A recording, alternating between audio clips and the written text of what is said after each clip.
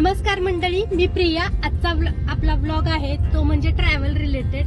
जसं मी मागच्या व्हिडिओमध्ये सांगितलं होतं की मी तुमच्याशी ट्रॅव्हल रिलेटेड माझा हा व्हिडिओ नक्की शेअर करेन, तर मी चाललेली आहे ॲक्च्युली यात्रेनिमित्त माझ्या गावी, म्हणजे सासरी माझ्या चाललेली आहे। ॲक्च्युली आम्ही सांगलीचे आहोत, तर जत्रा आहे। काही ठिकाणी त्याला यात्रा म्हणतात, जत्रा म्हणतात, आम्ही त्याला अष्टमी म्हणतो।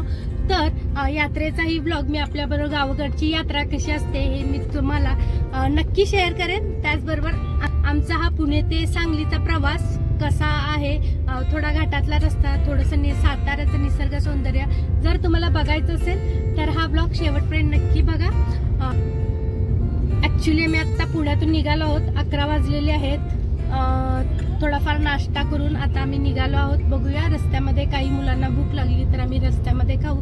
त्यानंतर मी जसं तुम्हाला घाटातला रस्ता असू दे किंवा छान मला काही वाटलं तर मी आपल्याबरोबर नक्की शेअर करेन।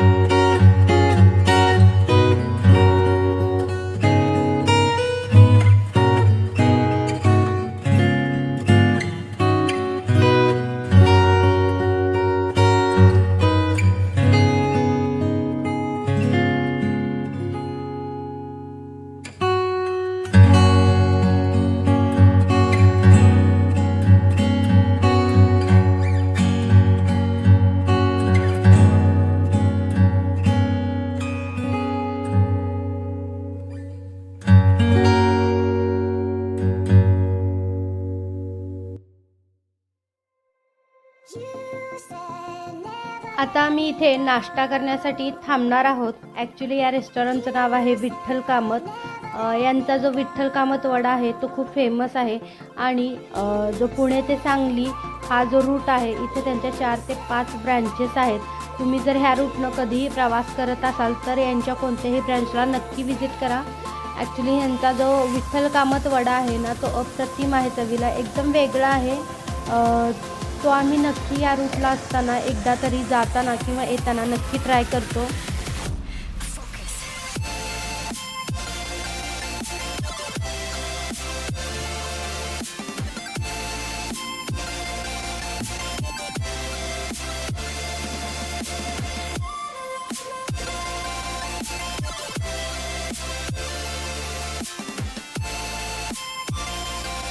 ॲक्च्युली यांचा वडा असा असतो की तो काही जण बटाटाचा वडा असतो, म्हणजे वडापावचा आपला जो वडा असतो त्या असा असतो, तर काही ठिकाणी यांचा हा वडा जो आपलं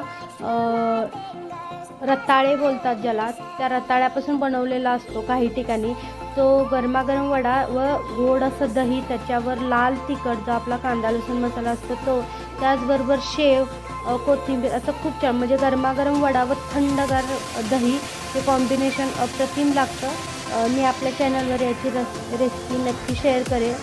त्यामुळे हा वडा ट्राय करण्यासाठी नक्की तुम्ही या रेस्टॉरंटमध्ये या. खूप छान अप्रतिम लागतो.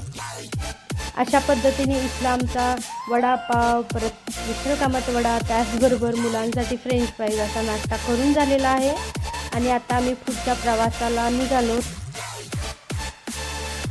ॲक्च्युली उन्हाळा असल्यामुळे जास्त हिरवळ नव्हती. आता आम्ही आमच्या गावामध्ये पोहोचलो आहोत. तुम्हाला आता दिसत असेल जत्रेमुळे बाहेरच कमान लावलेली आहे. जत्रेच्या वेळी आम्ही याला अष्टमी म्हणतो. तर गाव खूप छान अशा पद्धतीने सजवलं जातं. रात्रीच्या लाईटिंग माळ असतात, ठिकठिकाणी कमानी असतात, मिरवणूक असते. सगळ्यात भारी असते ती म्हणजे बैलगाडीची जी शर्यत असते. त्याचा मी डिटेल व्हिडिओ आपल्याबरोबर याच ब्लॉगमध्ये पुढे शेअर करणार आहे, त्यामुळे व्हिडिओ शेवटपर्यंत पहा. त्याचबरोबर वेगवेगळ्या प्रकारची गावामध्ये देवाची मिरवणूक निघते. आपलं इंडियन कल्चर किंवा संस्कृती खूप अप्रतिम आहे. प्रत्येक गोष्टीतून काहीतरी शिकायला मिळतं. आपण सिटीमध्ये राहतो, मुलांना ह्या गोष्टी कळत नाहीत. त्यासाठी मी या गोष्टी न चुकता मुलांबरोबर घेऊन येते त्यांना गावी व या गोष्टी दाखवते. म्हणजे ते आपल्या संस्कृतीशी किंवा आपल्या कल्चरशी कनेक्ट राहतात. इथे आम्ही गावामध्ये आता पोचलो आहोत. तुम्हाला आता गावामध्ये थोडासा पाऊस पडतो, त्यामुळे थोडीशी दुकानं बंद आहेत जत्रेमधली. आता आम्ही या पद्धतीने घरी पोचलेलो आहोत. आता मी तुम्हाला देवाचे दर्शन दाखवते. हे आमचं गावातील ग्रामदैवत मंदिर आहे. इथे पालखी दिसत असेल. सुंदर असं आत्ता ते तयार केलेलं नवीनच मंदिर आहे. मंदिर होतं, त्याचा जीर्णोद्धार करून खूप छान असं मंदिर केलेलं आहे. इथे आता तुम्हाला मिरवणूक दिसत असेल. काही बैलगाडींचे असतात, कोण नवीन नवीन गाडी घेतली तीही देवाच्या दर्शनासाठी आणतात. त्याचबरोबर आत्ताच बैलगाडीची शर्यत झालेली असते ते सुद्धा दर्शनासाठी येतात.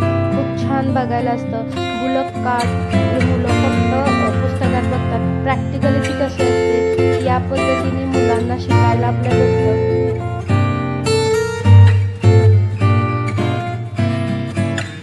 त्याचबरोबर मी तुम्हाला बैलगाडीची शर्यती दाखवेन.